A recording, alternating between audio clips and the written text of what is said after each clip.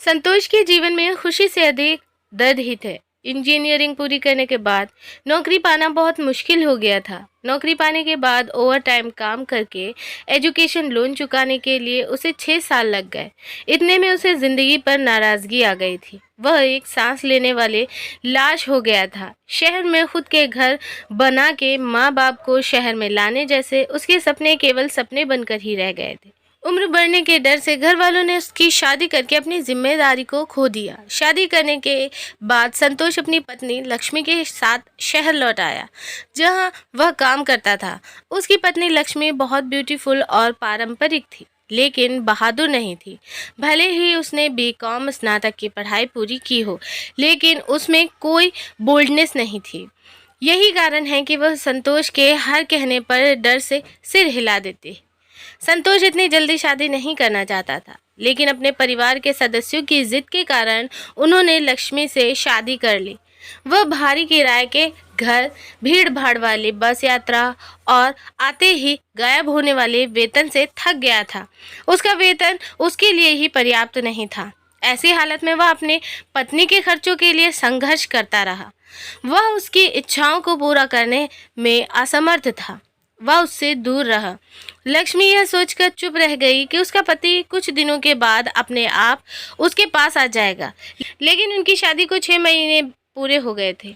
दोनों के बीच कुछ खास नहीं हुआ। ज़रूरी चीज़ें जो होनी चाहिए वो भी नहीं हुई। रोमांटिक चीज़ें होने के कोई संकेत नहीं थे। लक्ष्मी समझ गई कि पैसे की कमी ही संतोष के सन्यासी बर्ताव का प्रमुख कारण है। कई बार उसने उसके साथ पर्सनली बात की, लेकिन उसका मन नहीं बदला। लक्ष्मी खुद शर्म के मारे उसके पास चली गई, लेकिन उसने उसे छुआ तक नहीं। आप मेरी गिनती में नहीं हैं। अब तक कि मैं खुद का घर, कार आदि नहीं खरीदता। मैं आपको तब तक नहीं छूऊंगा जब तक मैं आर्थिक रूप से स्थिर नहीं हो जाता, उसने उससे गुस्से में कहा। अंत में लक्ष्मी ने काम को जाकर घर के खर्चों में मदद करने का फैसला लिया। कुछ दिनों बाद लक्ष्मी को एक कंपनी में अकाउंटेंट की नौकरी मिल गई। उसके वेतन से घर के खर्चों का बोझ हल्का हो गया। ऑफिस में सभी ने लक्ष्मी की सुंदरता और रचनात्मकता की प्रशंसा किया। हरी, जो लक्ष्मी के ऑफिस में काम करता था, उसको लक्ष्मी से प्यार हो गया। उसने उसके करीब जाने की कोशिश की, लेकिन वह असफल रहा। वह कौन है? पूछताछ करने पर उसे पता चला कि वह संतोष की पत्नी है। संतोष और हरी पहले एक ही ऑफिस में काम करते थे। उनके बीच पुरानी दोस्ती थी, लेकिन अब वे संपर्क में नहीं हैं। हरी ने अपनी पुरानी दोस्ती को नया जन्म देने का फैसला किया।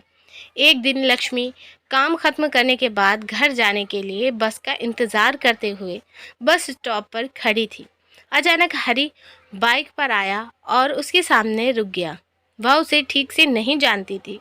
वह सिर्फ इतना जानती थी कि वह भी अपने ऑफिस में काम करता है। हरी लक्ष्मी के पास गया और पूछा कि क्या आप संतोष का फ़ोन नंबर दे सकते हैं प्लीज़? वह क्यों? मेरे पति का नंबर मांग रहा है। इसे मेरे पति का नाम कैसे पता? आदि प्रश्नों में लक्ष्मी खो गई। हरी ने फिर से उससे संतोष का फ़ोन नंबर मांगा। जब पूछा गया कि क्यों, उसने कहा, मैं संतोष को अच्छी तरह से जानता हूँ। मैं और वह पुराने दोस्त हैं। यह कहते हुए वह फ़ोन नंबर लेकर चला गया। हरी संतोष के फ़ोन नंबर लेके जाने के बाद आने वाली बस से लक्ष्मी घर आ गई। उसके मन में बहुत सारे सवाल जवाब की तलाश में थे। घर पहुंचने पर लक्ष्मी को हरी के बारे में ठीक से जानने की इच्छा हुई। संतोष घर आते ही उसने हरी के बारे में पूछा।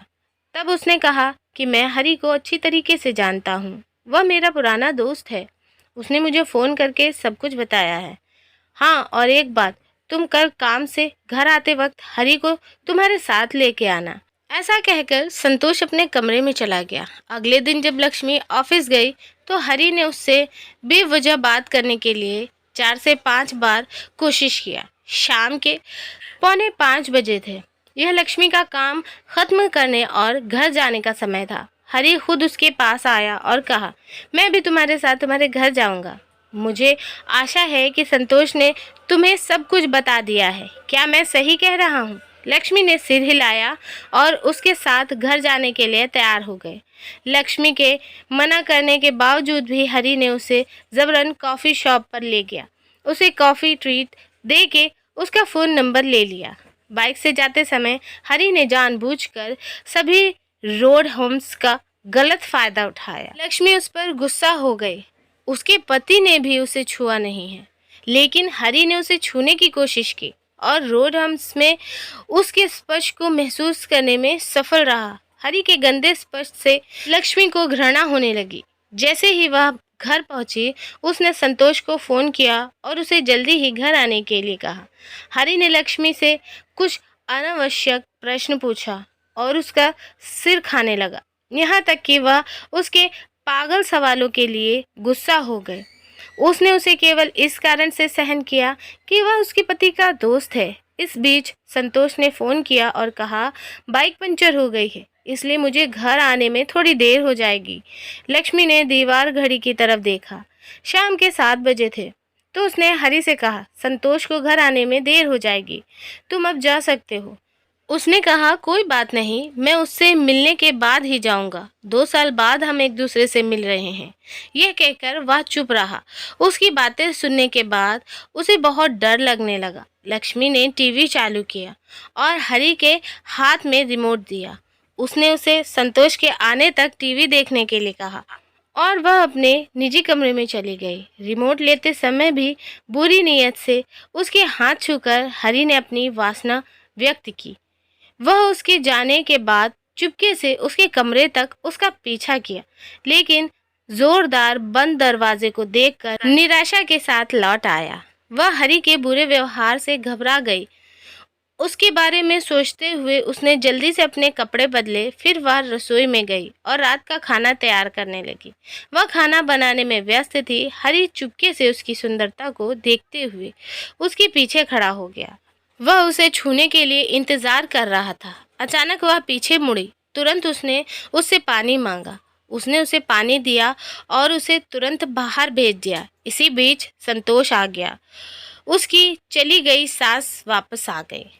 कहानी का अगला भाग सुनने के लिए हमारे इस चैनल से जुड़े रहिए।